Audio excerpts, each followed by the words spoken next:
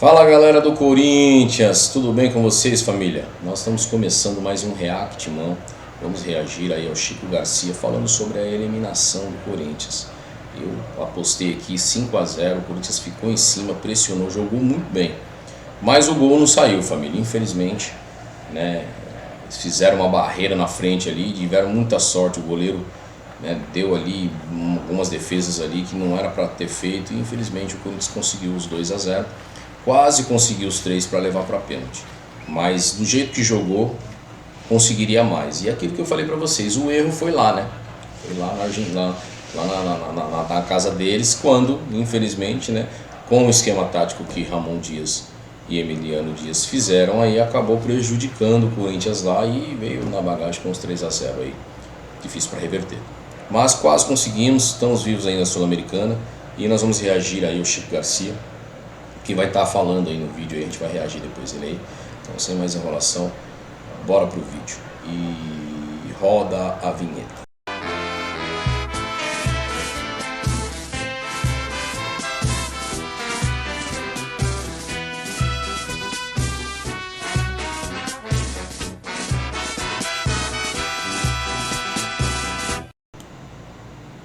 Vamos lá, gente, vamos falar dessa vitória com derrota, com desclassificação, uma vitória, a certo ponto, amarga do Corinthians. Um 2-0 em casa, a gente sabia que o Corinthians em casa faria um resultado, faria pelo menos 2 gols, é a tônica da temporada, mas faltou um golzinho, uma arbitragem muito ruim, assim, completamente conivente com o antijogo do Barcelona de Guayaquil, mas é que, como reclamar? Se o Corinthians deixou chegar nessa situação, se tomou a pancada de 3-0 na ida, a ponto de precisar jogar, precisar reverter um placar tão dilatado contra um adversário que se fecha e que a gente sabe que as arbitragens da Conmebol são assim, são coniventes, são tendenciosas, são permissivas. O árbitro Esteban Ostojic, o uruguaio, conversava com os jogadores cada vez que eles caíam no gramado, dizendo que o cronômetro estava parado e depois dá 6 minutos de acréscimo no final do segundo tempo, um escândalo. O gol do André Carrilho, o segundo gol, demora quase 4 minutos para ser validado pelo VAR, numa ânsia do juiz em não querer marcar o gol, de repente auxiliado pelo VAR, também o uruguaio Andrés Cunha, ele tem que validar, demora 4 minutos, o jogo já terminando. Isso é compensado no VAR, com todas as trocas, com todas as ceras, com o goleiro fazendo cera em todos os momentos. É inacreditável, gente. Era papo de 10 minutos de acréscimo no mínimo, no mínimo. Não que fosse fazer talvez alguma diferença, mas é que a justiça não corrobora nesse sentido, né? A arbitragem, ela porque foi como um todo. Ele foi permissivo com o antijogo do Barcelona o tempo inteiro. E esse é o risco. É o risco de você lá no primeiro jogo ter tomado o placar de 3-0. Esse jogo, especificamente na Neoquímica Arena, é um jogo que dificilmente você olha e consegue analisar taticamente. As circunstâncias são completamente específicas de um jogo em que tem um adversário que está fechado, você precisa do resultado, tanto que o Ramon, aos 30 minutos, percebe que o Ranieri não estava fazendo nada, ele estava fazendo figuração no jogo. Por quê? Porque era ataque contra a defesa, não fazia sentido você ter 3 volantes. Eu confesso para vocês que eu entendo a escalação inicial, ser com o Ranieri, porque foi o modelo tático que ele encontrou contra o Santos e que funcionou. E que funciona assim desde o ano passado, na verdade, né, com o Ranieri dando uma sustentação. O Corinthians sofreu defensivamente muito durante a temporada, inclusive contra o Barcelona, quando lá não estava o Ranieri, quando lá não estava o Martínez. Então, quando ele tem uma Ranieri e Martínez, ele pensa, bom, vou proteger caso os caras resolvam atacar. Mas aí eu preciso reconhecer o que o Ramon fez nesse jogo. Nesse jogo, ele percebendo, ele tira e coloca mais um atacante, coloca o Romero. E aí, obviamente, né, coloca mais pressão no campo de ataque. E o Corinthians martelou. Quando ele tem o Barcelona, um jogador expulso no segundo tempo, ele vai lá e imediatamente põe mais um atacante. Então, o Ramon fez tudo o que precisava. Termina o jogo com o Gustavo Henrique de centroavante, pelos seus 1,96, com muitos cruzamentos. É fato que os cruzamentos eles denotam um pouco de falta de recurso, de repertório do time, mas, de novo, eu preciso analisar as circunstâncias desse jogo. O Corinthians, por várias vezes, tentou entrar por dentro. Não sei se vocês perceberam isso, mas tinha um muro. O Memphis tentou, o Garro tentou, o Carrilho tentou, até para finalizar estava difícil. Foram poucas oportunidades que o Corinthians teve a ponto de finalizar tranquilamente. E as que teve, né? O Memphis dando um voleio e o Mateuzinho depois com a bola do jogo. Mas tirando isso, era muito difícil. Então você faz o quê? Lateraliza o jogo. Infelizmente, os laterais do Corinthians eles deixam muito a desejar. Acho que o Mateuzinho faz um jogo de muita abnegação.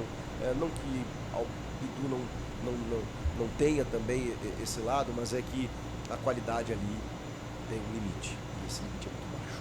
Se tivesse o Anrileri ali no jogo, eu acho que o Corinthians teria uma arma muito forte pelo lado esquerdo, até porque os caras não passavam no meio campo. E raríssimas vezes isso aconteceu. Então o Anrileri jogaria muito espetado, combinando jogadas lá pelo lado esquerdo, funcionaria muito bem. Inclusive, quando o Thales entra, poderia entrar no lugar do Bidu. Por que não? Porque ele jogou espetado ali pelo lado esquerdo. O Bidu não teria porquê, só que ele coloca o Thales no lugar do Martins, que era outro jogador muito envolvido com a partida, assim como o André Carrilho. Foram os dois expoentes assim, em termos de volúpia, sabe? De intensidade no jogo. Eles ditaram o ritmo. O Memphis Depay, obviamente, ficou devendo um pouquinho, né? Porque quando a gente cobra do Memphis, a gente cobra nesse jogo. O Memphis é um cara que tem sido importante em vários jogos do Campeonato Paulista mesmo, né? Você coloca, ele é o principal garçom do time na temporada, líder de assistências. Isso eu não estou nem contando ano passado, ele foi fundamental. Esse ano, o Memphis, ele tem os seus números, tá? Mas o que acontece? Quando chega num jogo desse tamanho, quando chega num clássico majestoso, por exemplo, aquele do Morumbi, quando chega num derby, por exemplo, é esse o jogo que você espera do Memphis. Ele pediu tanto a camisa 10, pois a vista dentro de campo.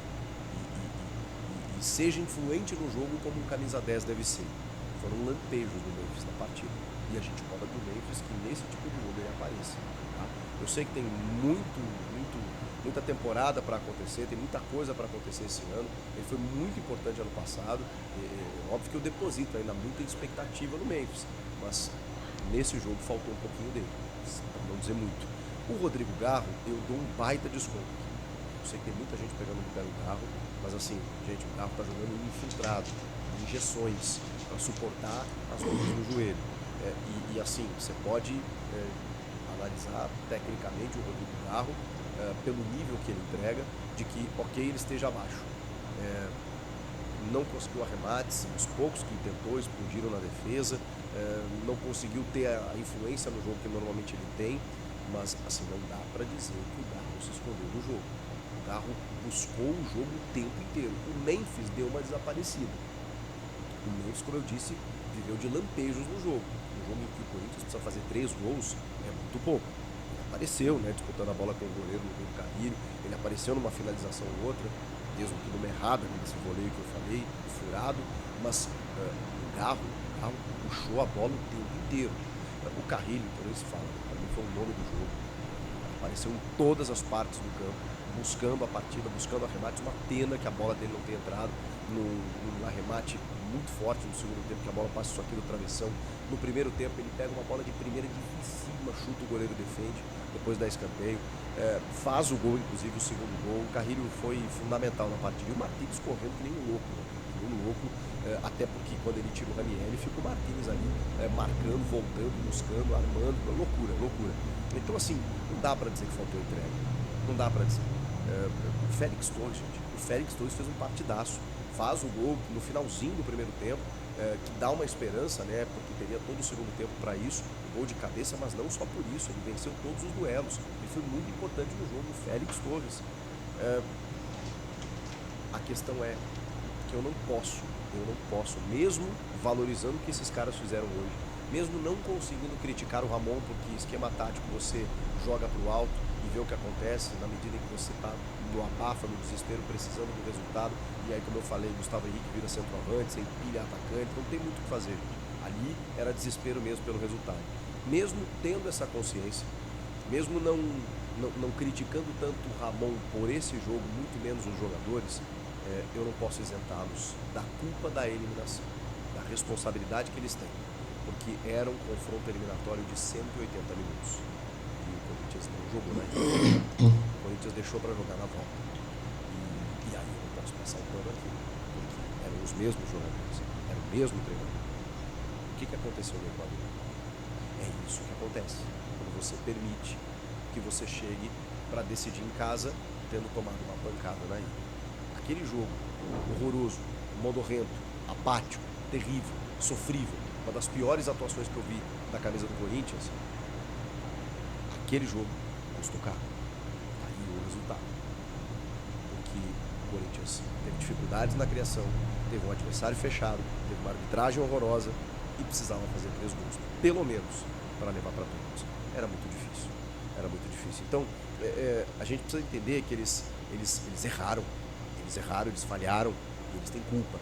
Porque aquele primeiro jogo já começa a decisão. E os 2 jogos anteriores, contra a Universidade Central da Venezuela, foram 2 jogos terríveis.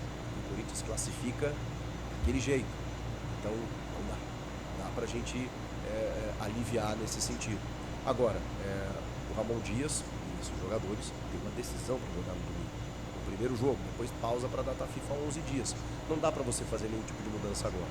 Eu acho que já existe uma análise de que o trabalho do Ramon, apesar de um aproveitamento até interessante, mais de 60%, em 50 jogos, 52 jogos, apesar disso, é um trabalho insuficiente.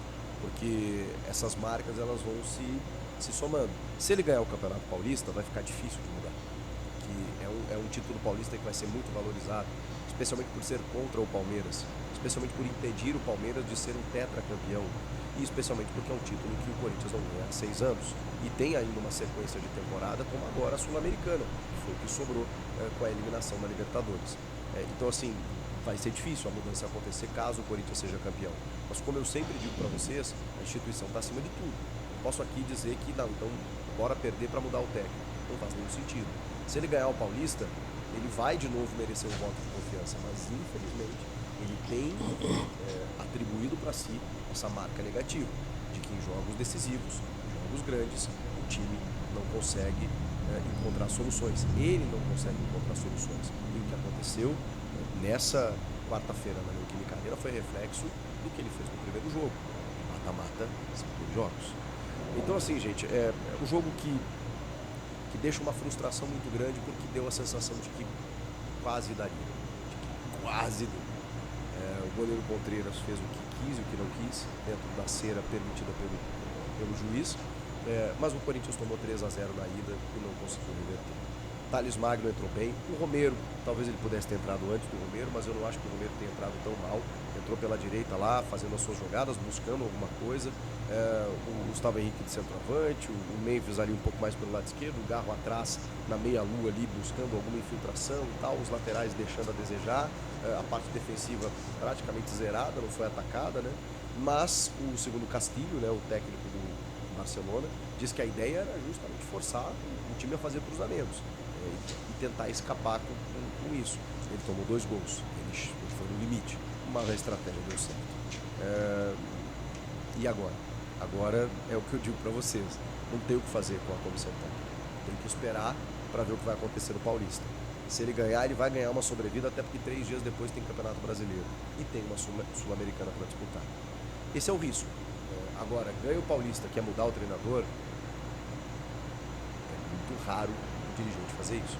Agora, a entrevista do Augusto Melo, ela me deixou com essa pulga atrás da orelha, porque ele disse que a gente está analisando tudo que está acontecendo, mas temos uma final pela frente, a questão técnica a gente vai analisar mais para frente. Ou seja, ele não está satisfeito. Visivelmente ele não está satisfeito, e o torcedor também não está, mas tem um título para disputar, e o título se sobrepõe a tudo. Então, realmente, nesse momento, você implodir um trabalho é muito mais nocivo. É melhor deixar, porque tem jogadores experientes, cascudos e com responsabilidade, a ponto de entender que, independentemente se o trabalho está bom, independentemente se está rolando cadeirado ou não no vestiário, se está tendo treta, se não está, não interessa. É o Palmeiras do outro lado, é uma final em 2 jogos. E que a lição do Barcelona seja aprendida. O Corinthians resolve em casa. Normalmente resolve em casa. Estou dizendo que vai resolver. Normalmente resolve em casa. Tem condições para tal. Tem condições para vencer e vencer bem o Palmeiras no segundo jogo da decisão. Mas que não tome 3, 4, sei lá. Clássico, né, gente? E o Palmeiras é forte. Então, se você perde por 1 gol de diferença, se você volta com empate, se você perde por 2 gols de diferença, eu acho que é possível reverter. Mais do que isso, complica. Então, esse primeiro jogo, atenção Ramon Dias, a decisão do Paulista começa nesse primeiro jogo. Já começou a decisão. Então, preste muita atenção. Esse primeiro jogo também é importante. O que vocês acharam da eliminação? Estão felizes com a luta, pelo menos, e a entrega dos jogadores? Tem alguma crítica pontual? O que fazer com o Ramon Dias? Respostas que eu quero ouvir nos comentários. Então é isso aí, então, galera. Família corintiana, é difícil agora, né, falar alguma coisa a respeito de técnico, porque é burrice o Corinthians dispensar agora Ramon Dias e Emiliano Dias e até achar um outro treinador, adaptar para o time, fazer o time jogar do modelo que ele vai estar trazendo, esse novo treinador. Vai ficar difícil do time dar uma resposta. Até o time dar uma resposta não tem tempo hábil para isso. Tem uma primeira final de Paulista agora, já no domingo. Tem uma segunda final no outro domingo. Já tem aí Brasileirão para começar. Tem Sul-Americana para estar começando. Ou seja, não tem como, na minha opinião, não deveria trocar não. Deixa aí o Emiliano, porque ele não vem fazendo um mau trabalho. Ele errou lá em Guayaquil. E ele poderia ter errado em qualquer outro jogo aqui. Errou lá contra o Barcelona no jogo de ida, tomou 3-0 e aqui ficou difícil de reverter. Como o Chico muito bem colocou aí, eles fizeram uma barreira ali na frente. A proposta deles de sair no contra-ataque não deu certo, o Corinthians conseguiu barrar o contra-ataque deles. Aquele que jogava mais aberto pela esquerda, o jogador deles lá, o atacante jogava mais aberto pela esquerda, era o cara do refúgio. Então eles procuravam ele para ter, mas ele estava muito bem marcado, conseguiu escapar umas 3 vezes ali e não conseguiu fazer mais nada além disso. Que infelizmente, a bola do jogo do Corinthians caiu no pé do Matheus, do Mateuzinho. E aí o Mateuzinho isolou e jogou lá no mato. Se tivesse caído no pé do Carrilho, se tivesse caído no pé do Garro, se tivesse caído no pé do Martínez, era caixa. E aí 3-0 a gente ia para os pênaltis, ia depender aí do nosso querido goleiro Hugo, que com certeza ia ajudar a gente aí, mas infelizmente não deu. Então não pode ficar chorando aí, lamentando aí, o leite derramado. Fez a estratégia errada lá, aprendemos com isso e agora tem uma Sul-Americana para frente, um título inédito para o Corinthians. Temos que ir atrás desse título aí para tentar fazer o Corinthians se sagrar campeão a primeira vez dessa competição, para ser campeão de tudo aí. Só falta a Sul-Americana para nós sermos campeão de tudo. E aí para cima, Carrilho, parabéns, ótimo jogo, jogou muito bem, um excelentíssimo jogador. Infelizmente, passou perto o chute dele ali, o outro que ele pegou de primeira ali, muito difícil pegar aquela bola de primeira, como o Chico disse aí. Se tivesse abrido mais um pouquinho ela tinha entrado no pé da trave, o goleiro não ia conseguir chegar porque foi uma bola rápida. Mas infelizmente não deu. Garro, parabéns, não tenho o que falar, jogou com infiltração, jogou bem, deu a vida, foi pra cima. Memphis ficou isolado, não tem também o que falar, o que vamos dizer, com aquela barreira que estava ali. Os jogadores do Barcelona de Guayaquil são maldosos, eles chegam para bater, tentam fazer catimba. Aquele goleiro, Deus amado, era para ter sido expulso e não foi. Na contabilidade geral, aí eu estava reagindo aqui, vendo aqui os comentários aqui do John do Timão. Inclusive aí, méritos aí ao canal do John do Timão, um ótimo canal, excelentíssimo corintiano aí que traz as notícias, as informações. E ele vinha falando ali na estatística do jogo, nesses sites que fazem a estatística de posse de bola, tudo. Sabe quanto tempo teve de bola rolando? 46 minutos, querido. Ou seja, o Corinthians jogou um tempo só.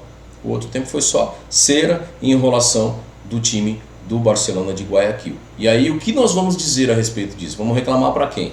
Não tem como reclamar, 6 minutos de acréscimo no segundo tempo. 10 minutos era o tempo, era o mínimo que ele tinha que dar.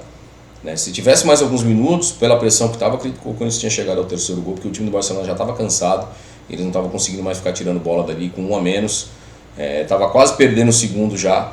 Então assim, faltou um pouquinho de justiça aí para a arbitragem, ser um pouquinho mais justo na partida e ter dado mais um pouquinho de acréscimo e ter tratado com mais ênfase a questão dos que fazem cera ali, principalmente o goleiro do Barcelona de Guayaquil. Tinha que chegar para ele e falar para ele: aqui é um jogo profissional, ou você joga certo ou na próxima eu te expulso. E pronto, para que o time possa jogar sério. Eles vieram na proposta de... Eles sabiam que não ia ganhar o jogo, mas eles vieram na proposta de tomar o mínimo de gol possível. Essa é a grande verdade. Infelizmente, não classificamos. Mas bola para frente, o que fazer com o Emiliano Dias e com o Ramon Dias? Para mim, não tem que dispensar não. Deixa aí, eles aí e vamos bola para frente, tem mais competição para frente aí, vamos se preparar para o ano que vem entrar forte, já não na fase de grupo, mas direto já na Libertadores, direto na classificatória. Enfim, vamos que vamos para frente e bola para frente, vai Corinthians e tudo vai dar certo aí para frente aí, né? Nós estamos crendo assim dessa forma. Ok? Inscreva-se no canal, deixa o seu like para fortalecer, ative o sininho das notificações para você saber quando vai ter novos vídeos. Vamos para cima e vai Corinthians!